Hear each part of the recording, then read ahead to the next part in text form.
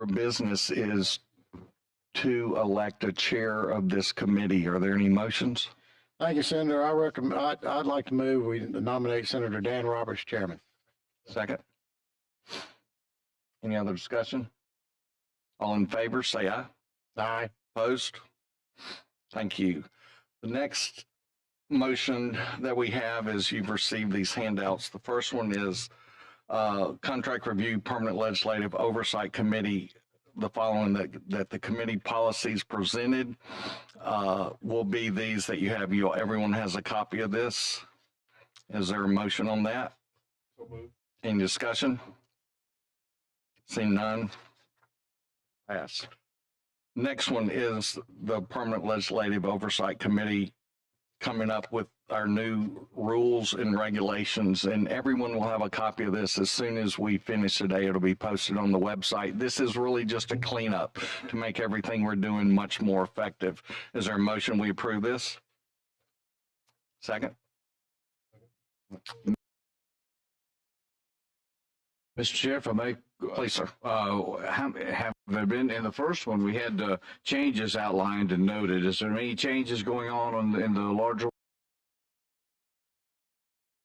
one? Yes, there are, sir. Can you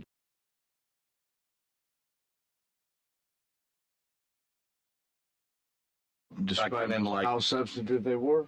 Yes, sir. They are, number one, renumbered and categorized the committee policies and make them more user-friendly. Two, added examples of several policies to provide clarification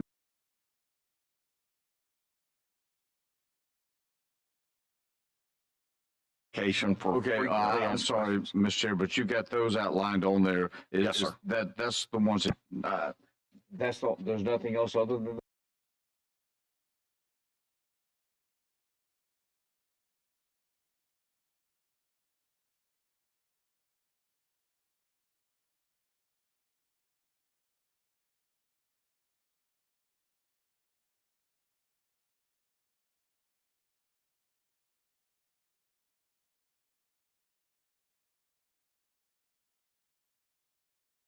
Pass. Thank you.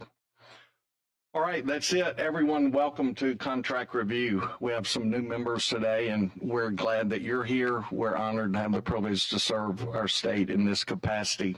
You've got an agenda in front of you, and the first order will be a DECA contract CTS. And my request is this: speak up so everyone can hear your name, make it clear, because Chris Pringle will call you out and make you do it twice. So Thank you, sir. Good afternoon. My name is Brad Currier, representing ADECA's Digital Expansion Division. I'm here today to present a contract amendment concerning our broadband consultant, CTC Technology and Energy, to include grant funding recently awarded by the Federal Commerce Department, related compliance terms and conditions, and supporting state funding. Federal government is requiring all states to take on significant planning efforts regarding broadband deployment and adoption, necessitating CTC's assistance in analyzing data and developing required filings. A quick housekeeping note: the contract review report states that 66% of the funding would come from federal sources and 33% of the funding would come from state sources, which is less than 100%. That is due to rounding on decimals, with the federal funding representing approximately 66.9% of the amount, and the state funding represent approximately 33.1% of the amount. However, the dollar amounts in the contract amendment and the contract review report are correct. The federal funding amount is $3,837,000, and the state funding is $1,895,000. any questions? Y'all lost sleep over that 1%, so I'm glad you clarified that. Thank you. Thanks, sir. All right, next. Aaliyah, Employment Assistance Services. Good afternoon. My name is Chris Reeder. I'm the Director of Government Affairs at ALEA. This is a contract for the APOST required psychological evaluations of new officers and return to duty evaluations. Any questions?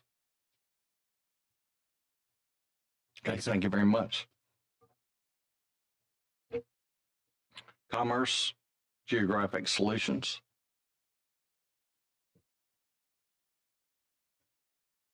Good afternoon. I'm Erica McKay, representing the Department of Commerce. We have a contract amendment with Geographic Solutions to extend the contract and also add money. Lastly, we're also going to be removing Department of Human Resources from this contract. I know we had some recital issues with this that y'all cleared up. Thank you very much. We did. And that is one thing I would ask is if you're going back to previous contracts, get the references correct, please. It's causing a lot of work on our staff to try to clean those things up, and thank you for working to get that done.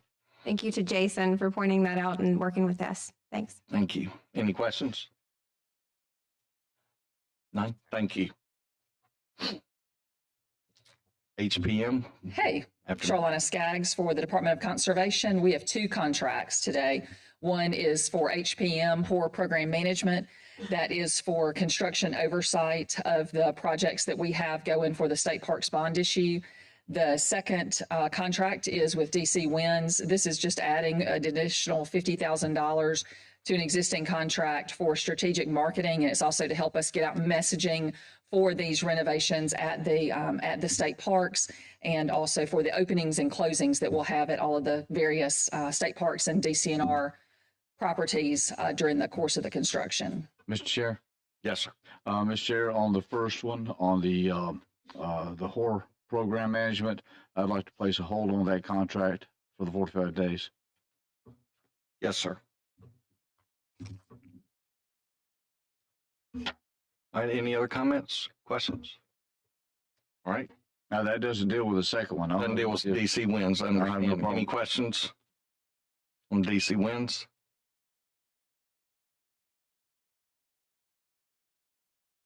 Thank you very much. We're good. All right, corrections. Good afternoon, Mr. Chairman, committee members. I'm Mary Coleman Roberts. I'm the acting general counsel here on behalf of the Alabama Department of Corrections, and we are here to present our healthcare services contract today. And that contract was awarded following an RFP to Yes Care, and that is CHS Alabama LLC, who's doing business as Yes Care. It is a 4-year, 6-month contract for $1,064 million. We did request an exception to the committee's 2-year contract rule with the assurance from the ADOC that we would present this contract to the committee again in 2 years' time. We believe that Yes Care would be a good partner for the state of Alabama, and it is pledged to assist the ADOC with the requirements of the Bragg's Omnibus Remedial Order and/or any requirements resulting from the state's pending appeal in that case. And although I know there will probably be some sticker shock with this price tag, the department is still looking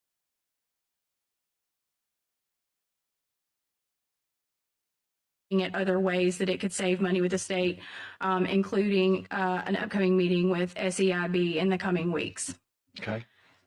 Ms. Roberts, I know a tremendous amount of work went into us getting here today. Could you just walk us through the process? I think there might have been scoring involved, maybe 2 different runs of that. Can you walk us through? Everyone's interested in how we got here. Yes, sir, absolutely. We initially put this contract out for bid last April. I believe it was April 8th of 2022. And we have a very robust RFP process at the ADOC. We gave the vendors several months to submit their proposals. At that time, we received 5 total proposals. We have an evaluation committee that scores the technical proposals. We meet every week and go vendor by vendor to go through their proposals together to come up with one cumulative score for each of those vendors. And then we also have a cost evaluation committee that evaluates the cost proposals, which are sealed until they meet the minimum points required on the technical proposal. And then that committee comes and reports to the larger evaluation committee. And from there, we make a recommendation to our commissioner or his designee, and then they ultimately decide who is awarded the bid. And we finished that process, I believe, in late June of 2022. And unbeknownst to us at that time, we went ahead and made the award, and then some information came to our attention that there had been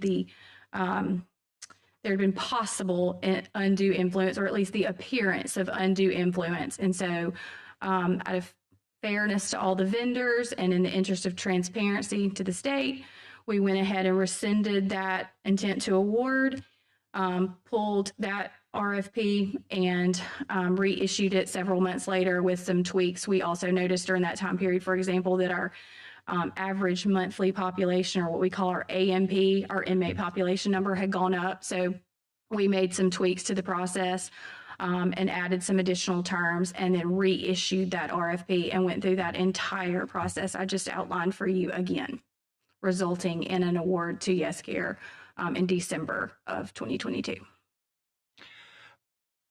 Thank you again. I met with y'all last week and then had some long meetings all day yesterday on this topic. Met with the commissioner this morning to discuss this. I'm going to hold this number one, but our members have lots of questions. But Sure. first question I would ask, Senator Pittman passed a bill, it's Act 217-355, and that basically deals with medical furlough, medical parole, and issues like that. And I've spoken with him, and he has a high degree of interest here. He's given me a couple good thoughts to think about, but I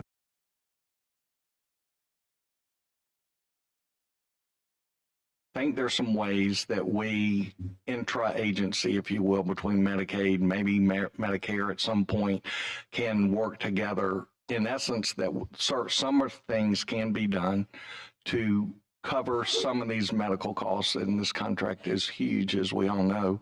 But I think there may be some solutions here. So that's one of the things I would like to work with you guys on. Is there language in here that if there are ways that the state can save money, if we are able to get any of these guys covered?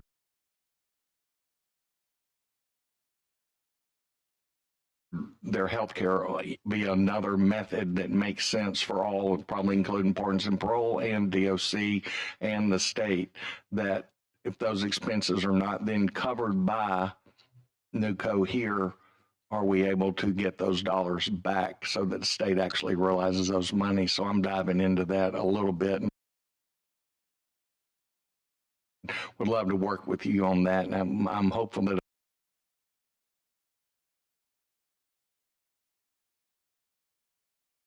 results in some language changes that y'all might consider for the contract. So Sure. that's one of the things I'm working on. I think several other members have questions on this.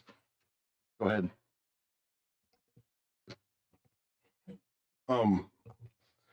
You mentioned when in describing the process that you discovered some issues.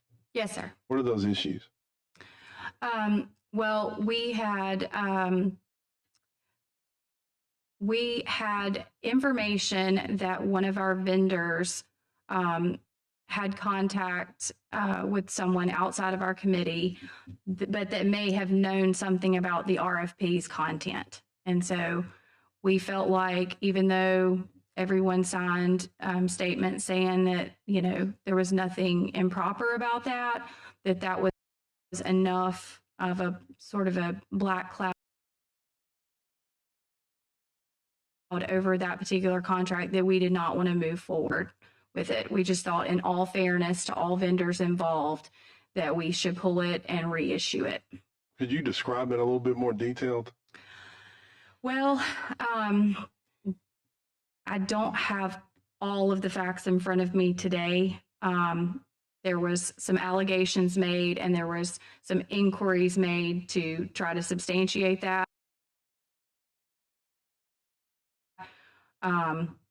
I don't know exactly when the conversations were had or what exactly was said, because I was not part of it. I was running the RFP process while this was going on simultaneously.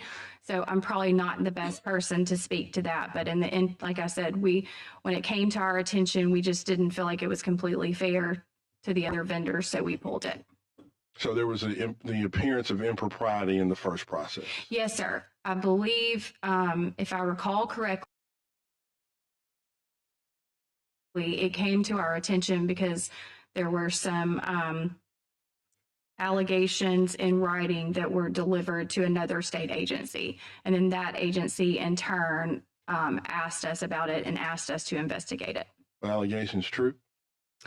Not entirely, no. It was somewhere in the middle. So you do That's what we have, discovered. so it wasn't just an appearance of impropriety. There was actually some impropriety there. As I said, I stand here today. I do not want to misrepresent anything. I was not part of the conversation, so I don't know exactly what was said, but we know there was conversations had. And so to us, that was enough. So if the appearance, so the first process was clouded with impropriety or the appearance thereof, Yes, sir. what did you do to alleviate that concern to then turn around and award the contract to the same company?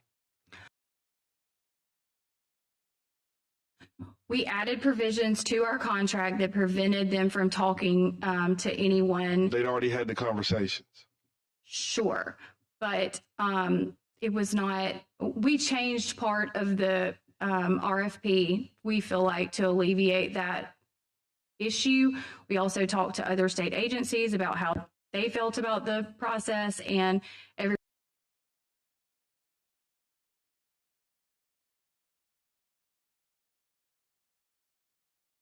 everybody agreed that basically starting over and leveling the playing field was enough. We put out explicit instructions prior to the release of the second RFP that gave every vendor the same information that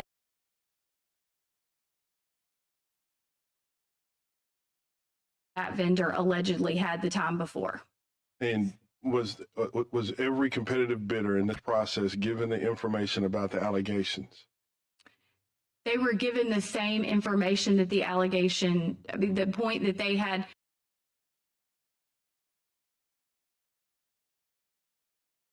maybe inside information about the process. We gave that same information to every single vendor that participated the second go round. I don't know. It just appears that there's, and I'm not saying that you're doing this, but it's like quite evasive. I need to know like what those allegations are. And the reason I'm saying that, Sure. because we're talking about $1 billion, and we're also talking about the Department of Corrections. And just based on recent activity, Sure. most, if not all the things that Department of Corrections is involved in probably need to be looked at several times. Sure. So also I'd heard, and maybe, this is, I'd also heard that our attorney, Lunsford, John Lunsford, the one we're paying to represent us in court, is on the board of Yes Care. Is that correct? He is not currently on the board, no. But he was on the first go around. He was on an advisory board only. That's my understanding. He had nothing to do with this, their proposal and this contract. He was off the board at the time the second RFP. Well, I don't know that he was ever actually on the board. An offer was made for him to be on the board. Let me put it that way. I don't know that he was at the board ever convened or had conducted any business, but there was an offer extended for him to be on the board. I don't know that that ever happened. And in any event, by the time the second RFP was issued, he was no longer on the board and no longer affiliated with Yes Care in any way. But your robust process didn't turn up that the attorney representing the state, who we pay over almost $17 million a year in a lawsuit with similar allegations against the previous contractor for medical care, it didn't turn that up and it automatically eliminate them from the process? Well, I have two responses to that. One is when you're involved in the evaluation of these proposals, we are sort of sequestered and we are not allowed to talk about the proposals or any the of that. bidder is supposed to reveal all potential conflicts. And that's a huge one. Right. And that was revealed It was revealed in the end when the award was made. Like So that was they part got of our to- discussions. They got through the entire process with that massive conflict of interest sitting right there in front of you, and they still got the bid?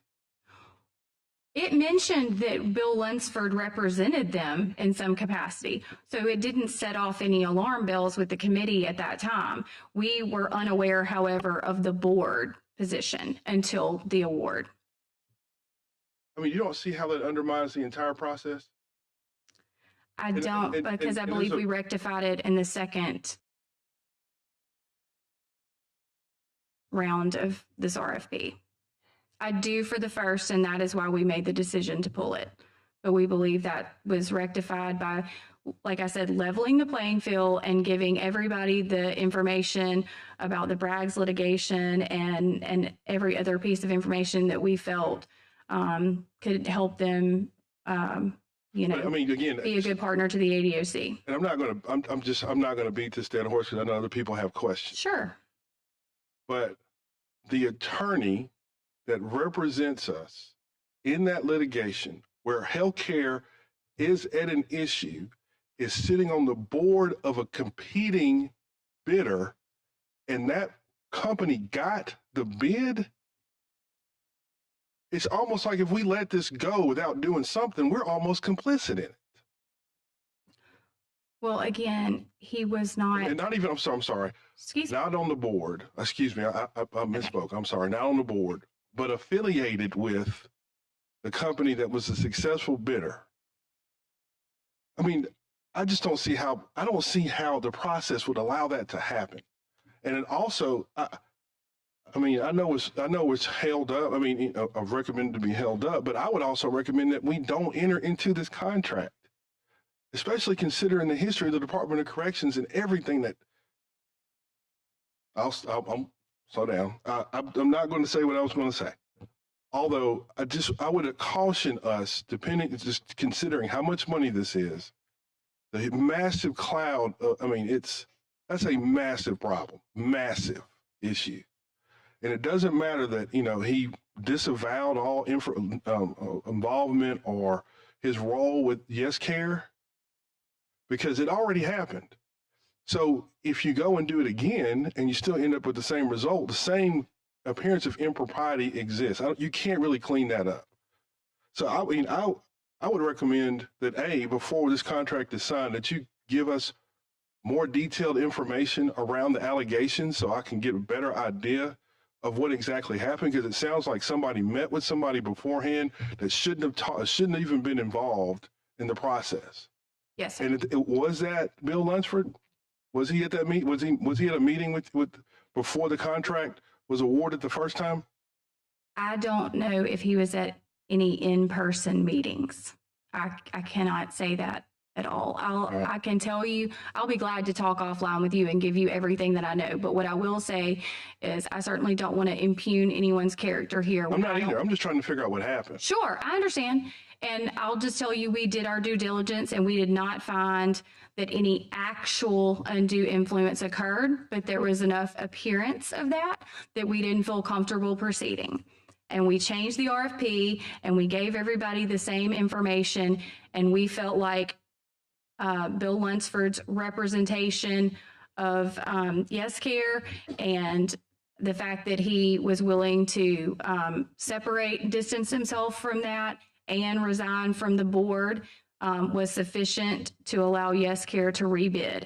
And there were some different evaluation committee members on the committee the second go round. And it was not all ADOC officials. There were representatives from other state agencies on that committee as well. Okay. That's all I have. Thank you, Representative England. Any other questions? Senator Beasley? Has this company done business with the state of Alabama with corrections in the past? Yes, sir, it has, but under a different name, different financial backing, and different leadership. It was previously Corizon. Does that company Corizon, does it have any litigation from other entities charged against them at the present time? I'm sorry, can you ask that one more time? does Corizon or any of their affiliates have any litigation charged against them from other states, from healthcare providers? Yes, I'm sure that they do, Your Honor. I'm sorry, sir, I don't have that information in front of me right now, but I can certainly get that information for you. I don't know, that'd be a good idea for the state of Alabama to do business with folks that are charged with litigation at the present time. I think in the correctional healthcare industry, it would be hard to find anyone that did not have pending litigation against them. Inmates don't always, they file frivolous suits at times just because there's pending litigation. I would argue that doesn't mean that that they've actually done anything wrong. It's just an allegation at that point. Was this company the low bidder on the contract? Well, we evaluate our cost proposal a little differently because this contract is so complicated. And so we look at not only the total cost, but we also look at staffing, like what they will pay their nurses and their medical professionals. And also we look at the AMP, which is our average monthly population, and what they will charge the ADOC per inmate, per day, per month, and so on. And so the cost was a large portion of the scoring of the cost proposals, but there was also the staffing. And the way the AMP and the staffing works is they were not the lowest cost. They were within 10% of the lowest cost on the total cost, but they received the vast majority of the points for the staffing because their salaries were above the 10% minimum requirements listed in our RFP, which will help us with our BRAGS staffing benchmarks that we're required to meet in the next 2 years. And also their average monthly population, they were the clear winner in that category as well. So while they did not have the total overall lowest price, they did score higher. Let's see. They were,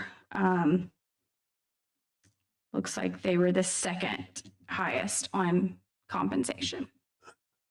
Does this organization provide a physician at the different facilities in the state?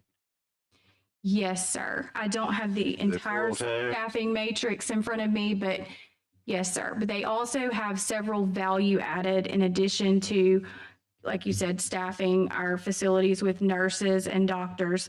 As a reminder, this is a mental health contract, this is a dental services contract, and a medical contract. And in addition to staffing our facilities with the required staffing numbers that we had in our RFP, they have added within their price 11 additional FTEs or full-time equivalents. Those will be, I believe, staffed at their central office, which is here in Montgomery, to help coordinate their care. They've also included an electronic health record system, which we would have had to bid out separately, and we estimate that alone has probably saved us around $8 million. They also have added in 3 mobile response units to the package, which could be anything from a small sort of van. We looked at an RV and sort of a bus or box truck sort of setup that they can outfit based on our needs, anything from maybe radiology equipment or additional treatment space. And those units, they dedicated 3 to us. We have yet to have the discussions about exactly what we need, but those units could be stationed around the state at different facilities that may be like a work release that doesn't have a full medical staff there. We could put one of those there, and that would keep us from having to outgate these facilities, which in turn helps with our staffing needs when we don't have to transport inmates outside of the facility. And we also included in that contract is a large number of telehealth carts. Again, that would help us efficiently deliver services and also cut down on what we call outgates or inmates that have to leave the facility for treatment. Okay, thank you, ma'am. Yes, sir. Any other questions? May I? Yes, sir. Thank you, Mr. Chair. My interest is in the dollars. If I'm Yes, sir. Absolutely. 1,064,000,000 and a little bit of change, right? Yes, sir. If we took that amount and we divided that by 4.5 years, that comes to a particular figure. Yes, sir. Then you take that amount, divide it by roughly 20,000, which is an approximate figure for estimate of inmates, Yes, sir. which is to be covered. And then you take that figure and divide that by 12 for months. You come up with a total of $984 and some odd cents per person per year for 4.5 years. Does that sound reasonable? Sound like that's accurate? Somebody can double check me on that. Yes, sir. So we did it on a slightly larger number of inmates. I think we did like 21,000. Don't quote me on that, but the average monthly the average cost that we came up with for FY 2023 was $833.15 All right. per month. I just So- All right, now, if you check let's on to that- put this into comparison, the amount of money that a state employee pays on their share for insurance coverage with the state. Anybody know what that is? I think it's about $900, just over $900 now per month. My point I'm getting to, and the reason I'm pointing all that out, is that it seems somewhat reasonable with what insurance costs nowadays, because that's what we're doing is getting insurance. Yes, sir. The other part is, my concern in this is, do we have good clawbacks? If the company has been beat down so much on negotiation, get it to this figure, if you Yes, will, sir. and they can't comply. They can't do the job that they've said they would do. They can't provide the full-time person. They can't provide the roll-ins and roll-outs. They can't do this. How do we benefit from that? How do we recoup that money? Is there a good clause there that we can attack them with in that regard? Do you know? Yes, sir. There are staffing paybacks. So if they do not maintain the staff that they are required to maintain under the contract, then they will pay us back for those vacant positions. There's also paybacks for the AMP. If we fall below our average monthly population, we get money back there. If we go above it, though, we will have to, All right. pay them something additional All right. for those Thank you. services. Yes, sir. Just one point of note. Yes. When I address Senator Beasley, I call him honorable too, so I like. I would say the same for Chairman Albritton as well. All right, any other questions? All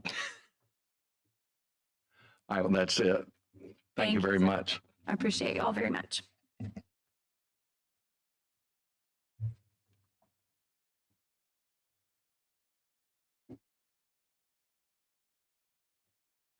Early childhood ed.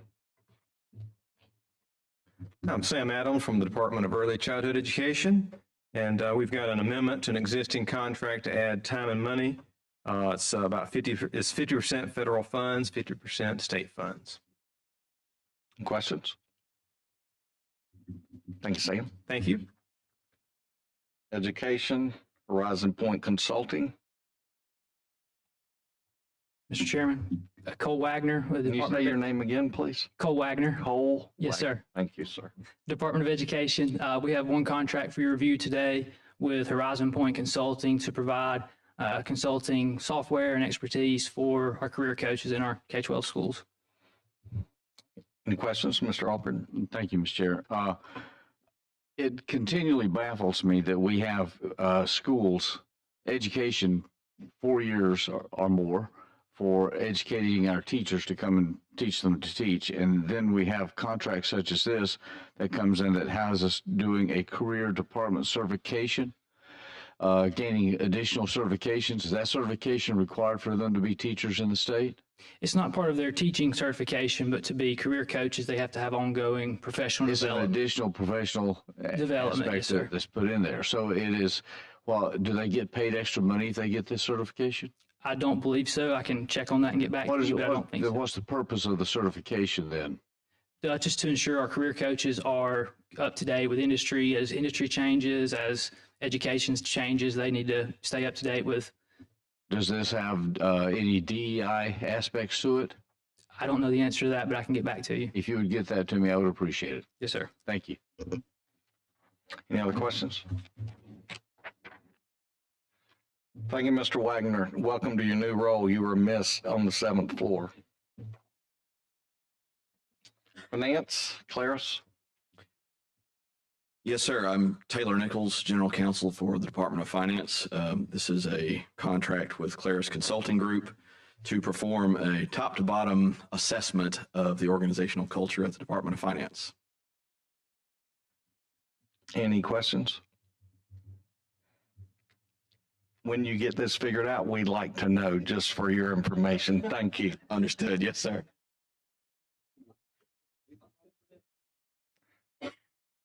Historic Commission. I'm sorry. Good afternoon. I'm Eleanor Cunningham with the Historical Commission. We have two contracts today. The first is with CC and Litchfield Architects. It is an open-end agreement for various projects at sites around the state. Could you give us a little insight into which sites you're talking about, please? We have identified a couple of projects that we will start at. One is at our main office with a repainting project, and then another will most likely be in Selma after the tornado that hit a couple of weeks ago at one of our properties there. Okay, thank you. And the second is with KPS, also an open-end agreement for projects at sites around the state. We have identified projects at Pond Spring and Belmont in North Alabama so far to go on that contract. Any questions? Did you really say y'all are hiring an architect to help y'all pick out paint in your office here in Montgomery? Sir? You just said an architect to paint your office in Montgomery? No, to do the specs, to then hire the contractor, not to help us pick paint colors. You have to have an architect spec the plans to paint your office. To do the exterior work, yes. Thank you. Sure. Senator Elliott, do you have a question? Okay. Thank you very much. Home Builders Licensure Board. Good afternoon. Seth Gowan with the Alabama Home Builders Licensure Board. This is a renewal contract for professional IT services with Comm Services LLC. Questions? Thank you. Thanks, Seth.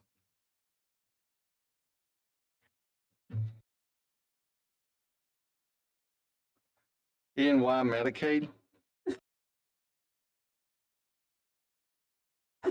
Contract. Historically, the Medicaid, we have all state agencies have a system that's called the Medicaid Management Information Systems. And essentially, it's the technical component of a Medicaid program.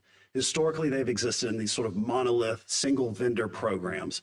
And the problem that we have, or let me rephrase that, the problem CMS has identified with it is that if one particular branch of that program gets outdated or there's a problem with it, you almost have to rebuild the entire wheel versus being able to fix that one issue. So what CMS has mandated is that these MMIS systems become modular so that you have different vendors performing different services.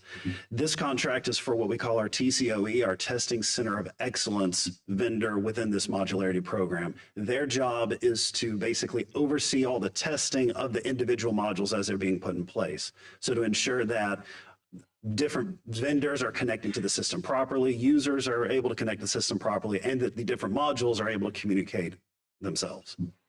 Is there anything about this that's going to expedite one determining Medicaid eligibility? No, sir. Okay.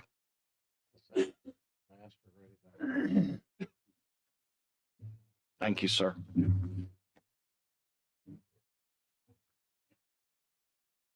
Mental health.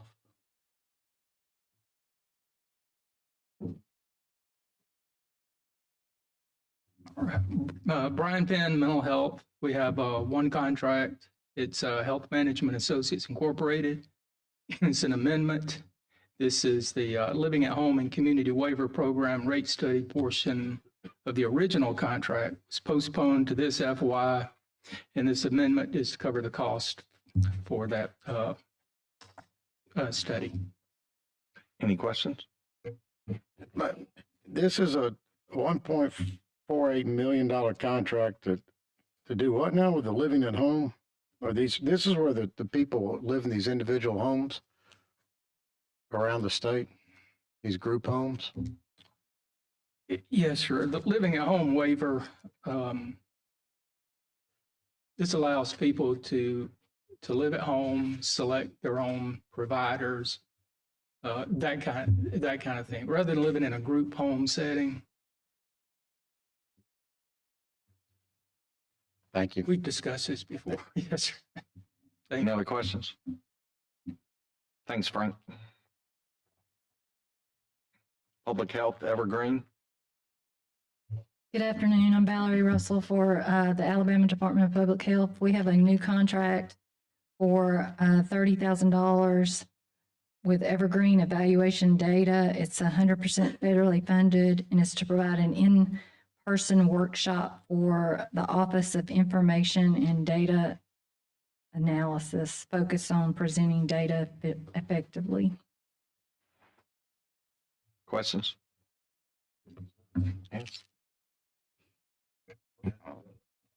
Could you please explain that to me? I have actually brought somebody from that department who would be much more Thank you. educated on that. That sounded like something the Department of Education wrote, so I could understand what they were talking about. Right. So my name is Amanda Ingram, and I'm an epidemiologist with the Alabama Department of Public Health in the Infectious Diseases and Outbreaks Division. So basically what we're asking people to do, not tell us how to use Excel, not tell us how to use Tableau. We know how to do that, right? But with COVID, what we've learned is that just presenting our data, people don't understand it. If we just see an Excel spreadsheet or something or a graph, people don't understand it. So what we've asked is for vendors to submit proposals so that we can get a workshop in here for our epidemiologists so they can present our data better so you guys understand it. And so that's really what we're asking for. And some of the proposals were all about, I can tell you how to make a graph in Excel. That's not what we were asking for. So we were really wanting someone to help us tell our story better. What do you think's the best way to communicate your story if you were just to give us off the cuff?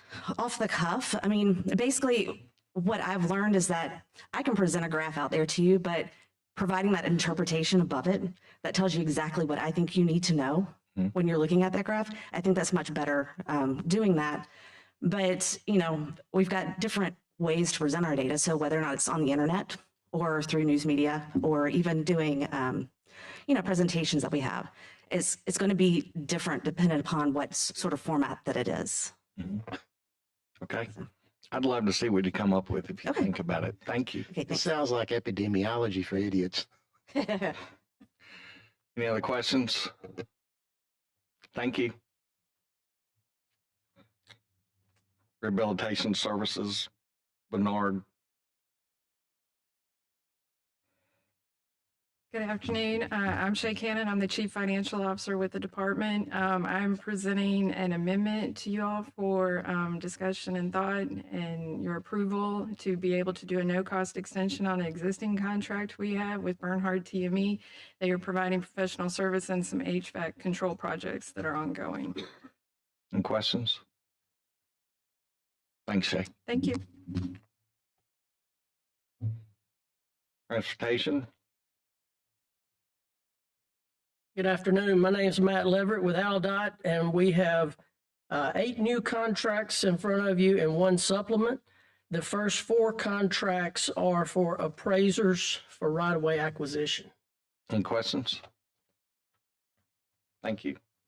All right. The 5th contract is optimizing business practices with Dye Management Group. They will be working with our Maintenance Bureau on asset management with a federal program called TAMP. What does this do? They help us manage the assets out on the highway, the signs, all the assets that the state has. Any questions? Okay. The 6th contract is for geotechnical services. Just like it sounds, it's for soil borings and soil analysis. Okay. All right, the 7th contract is for construction engineering and inspection on a project in Conecuh County. That's over the bridge replacement over the Sepulga River on I-65. Is that the one that bounces you all over the interstate when you cross it? It's one of them. Yes, sir. This is it's actually 3 sets of bridges right at the Butler-Conecuh County line. You know, if somebody learned how to use a transit and a level, that road would be a lot smoother. The Understand. Egyptians kind of invented a way to build stuff smooth. Yeah. Obviously, they didn't use it on those roads. How long have they been working on that project? On this particular Yeah, that project? bridge. What is it, Greg? You know. First off, I think you've got to confuse what you're speaking of as the I-65 bridge over the Murder Creek that's just barely getting finished now. Yeah, Murder Creek is just completed. Where Yes, he's- murder on my car. Yeah, Murder Creek, it has a name Yeah. for a reason. But from there, Terrible. A few miles north of there is where the bridges are that he speaks of across the Sepulga. If you need any other geography, I appreciate that, but I hope these new bridges are a little bit smoother and better built and are more efficient when they build if you them. really want to get negative, let me take you to the Conecuh River Bridge in Bruton, okay? That'll be interesting. We'll talk about that later. Any other questions?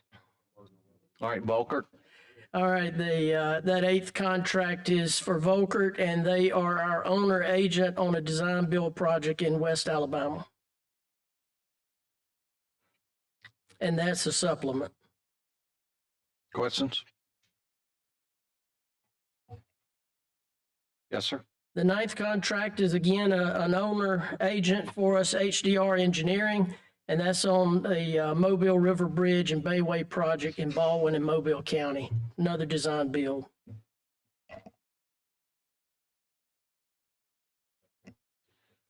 Mr. Elliott, any questions? Thank you. Thank you. Veteran Affairs, HMR. Hey, good afternoon, Beverly Gephardt for Veteran Affairs. You have 2 contracts. It's amendments to 2 existing contracts. This reflects a COLA raise for our contractor who operates our state veterans homes. Enlighten us how your RFP process works on this. How often do you send these back? I don't know, this is somewhat of a continuing program. Would it make sense to RFP this elsewhere, somewhere in the stream? I'm not sure what you mean by RFP. You mean somewhere in the time frame? In the time frame alone.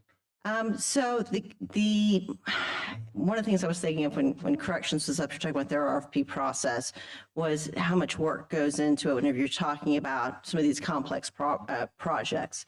This is a complex project. You're providing care for, now we only have 704 residents versus corrections, but it's a complex process. Statutorily, we are authorized to do it for 5 years. We do it for 5 years because of that. Right. However, we do come to y'all whenever we believe that a change needs to be made. We do come to y'all with that. As an example, when COVID hit, we had to come back and come before y'all with some negotiated changes we'd made with the contractor. All right, I was thinking more of the second one is what my thinking was on that. Okay, one is for, I think the first one is for Robert L. Howard. The other one is for the other homes in the state. So the process is the same for both. An RFP is put out. We get the responses in.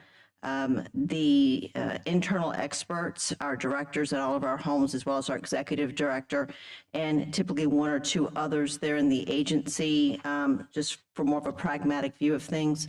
We'll review those proposals and grade them. If it's deemed that interviews are warranted of the individuals, then, and they typically are, then the top candidates are asked to come back in to go through an interview process. Much like corrections, it's not just a bottom line figure. It's looking at the totality of the services, the stability of the company, which we were very fortunate that our contractor was able to weather the COVID storms because they did have a fiscal security behind them. And then from that, the selection is made.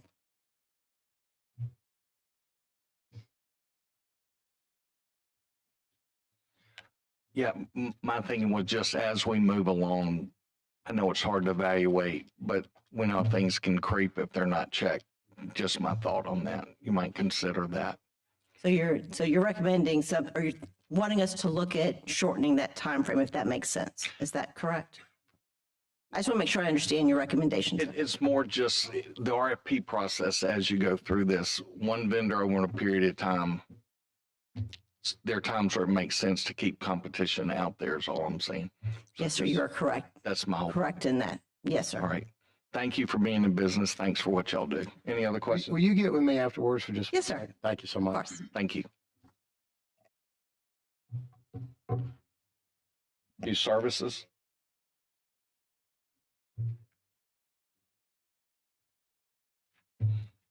Good afternoon. I'm Dudley Perry Jr. My client is Alabama Department of Youth Services. I have one contract. This is performance-based standards contract. It's a management tool for making data-driven decisions. Okay. The sole source contract, as you know, our new regs are 1 year on that. Just so you know. Any questions? Thank you, Dudley. Thank you, sir. All right, legal contracts, examiners, consulting board. Good afternoon. I'm Keith Warren with the Counseling Board. We have one contract for legal services for Hendon Cootie. There is no hourly rate change in this, just a total amount that can be charged on this contract is the increase, and this is a renewal. She's had the contract for the last 2 years. Okay. Any questions? Mr. Chairman. Yes, sir. Mr. Warren, why is the Attorney General not providing legal services for these boards and entities as it does for other state agencies? Because of the caseload and the number of complaints that this board has, as well as the wellness program that we are about to initiate and doing the RFP process on that. She has done that with the Medical Examiners Board, so she brings a lot of knowledge and experience in developing that program. And so, but they do not have the staff currently to help us with these caseloads. It would seem to me could find some efficiencies if we looked at these boards together, and we may need to look at that. Mr. Chairman, I'd like to hold this one if we can, please. Okay, sir. Thank you. Okay, can I ask one quick question? Yes, sir. Do I have to get DAG appointments to represent the state? She does have a DAG Does have? appointment. Okay. Yes, sir. Just make sure. Thank you. Yes, sir. Any other questions? Thanks, Keith. Thank you. Health planning and development. Good afternoon. I'm Emily Marsall. I'm Executive Director of the State Health Planning and Development Agency. And what you have before you today is actually not new. Due to a clerical error, we inserted the emergency contract the last time this came before you instead of the actual contract. So this is for litigation in front of the Civil Court of Appeals. And it is concerning the Certificate of Need Review Board. So it's just the actual contract instead of the emergency this time. Questions? Thanks, Emily. Thank you. I would love to rip that one. You want to say something? Yeah. Human resources. Good afternoon. My name is Elizabeth Hendricks. I'm an Assistant Attorney General for DHR. This is a $40,000 amendment to an existing legal services contract for a total of $120,000. Questions? Thanks, Alyssa. Thank you. Mental health.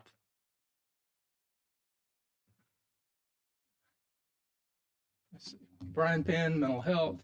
We have two legal contracts. These are for attorneys to handle two different cases, but it's the same attorney, same law firm. So appointed by the Attorney General. And the reason is there's a conflict of interest in both cases. Questions? Okay. Thank you. Okay, good on both those. Transportation.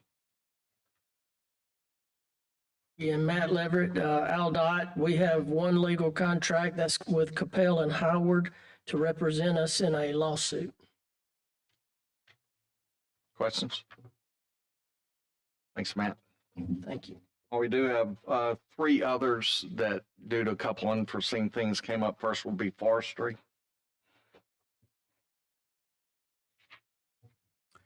Good afternoon. I'm Scott Rouse, General Counsel of the Forestry Commission.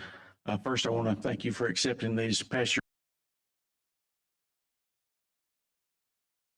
formal deadline. I think most of you know, the Forestry Commission was the beneficiary of the recent state parks bond issue. We're getting the premium on the bond issue, which is about $6.8 million that we're going to put to use in the state forest around the state. What I have before you today are 2 contracts for architectural and engineering services, so we can begin that process. They're with CC and Litchfield, as well as Thompson Engineering. Any questions? You have it on a handout, members. Are you painting anything? No. Thanks, Scott. Okay, thank you. All right, Forensic Sciences. Didn't mean to make you sit down there just a second ago. No problem. Good afternoon, Senator and members. I'm Angelo Delano,